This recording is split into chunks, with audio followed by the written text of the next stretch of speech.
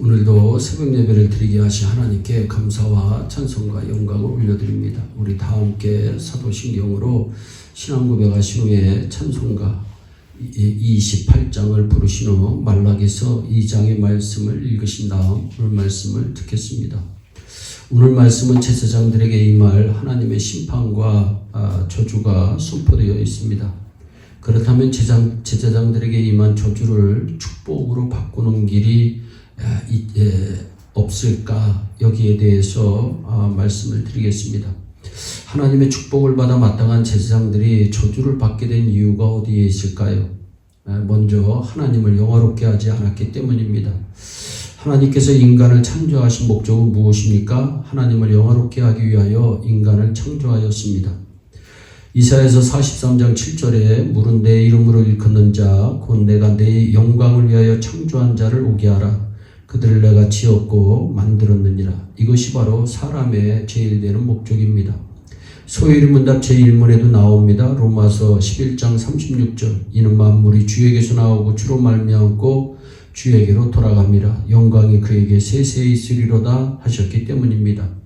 바울은 또한 고린도전서 10장 31절에 너희가 먹든지 마시든지 무엇을 하든지 다 하나님의 영광을 위하여 하라고 고린도 교인들에게 권면합니다.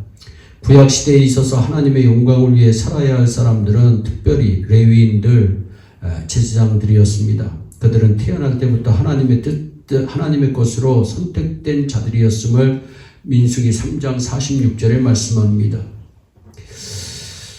그러기에 그들에게도 특권을 주어져 있었습니다. 첫째, 부모를 돌보지 않아도 됐고 자녀에 관심을 가지지 못해도 괜찮았고 셋째, 형제를 돌아보지 않아도 그 책임이 그들에게로 돌아오지 않았습니다.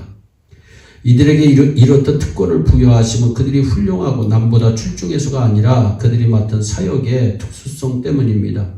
그들이 부모, 형제, 자녀에게 관심을 쏟음으로 하나님께 영광 돌리는 일, 즉 말씀 사역 주의 명령을 실천하는 일에 조금이라도 소홀함이 있어서는 안 되었기 때문입니다. 그런데 이들은 이 직분에 대하여 방관했으며 나태했습니다. 그래서 하나님께서 말라기 선지자를 통해 하나님의 이름을 영어롭게 하지 아니하면 이미 주신 복에도 저주를 내리신다고 말씀합니다.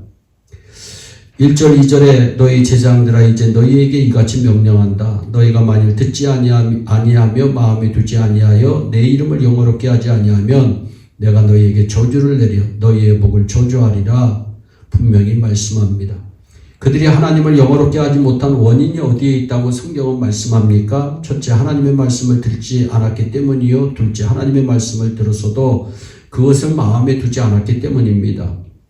또한 7절로부터 8절 말씀을 보면 자신의 사명을 잊어버렸기 때문입니다. 제사장의 입술은 지식을 지켜야 하겠고 사람들이 그 입에서 율법을 구하게 되어야 할 것이니 제사장은 만군의 여호와의 사자가 되면을 너희는 정도에서 떠나 많은 사람으로 율법에 거치게 하도다. 나 만군의 여호와가 이르노니 너희가 레위의 언약을 파하였느니라.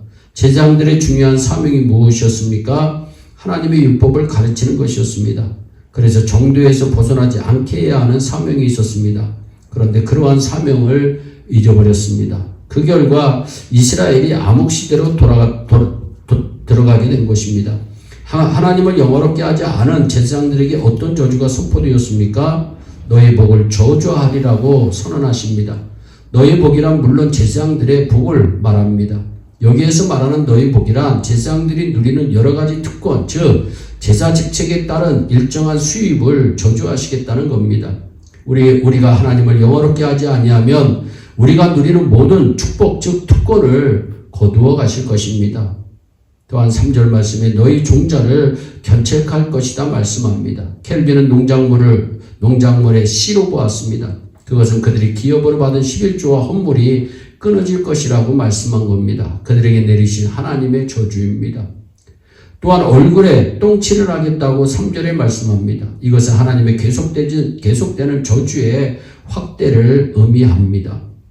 사랑하는 성도 여러분, 하나님의 축복을 받아야 마땅한 제사장들에게 왜 이토록 무서운 저주가 임했습니까? 그들이 하나님의 말씀을 듣지 아니하며 그 말씀을 마음에 새기지 아니하므로 하나님께 영광을 돌리지 않았기 때문에 자신의 사명을 잊어버렸기 때문입니다.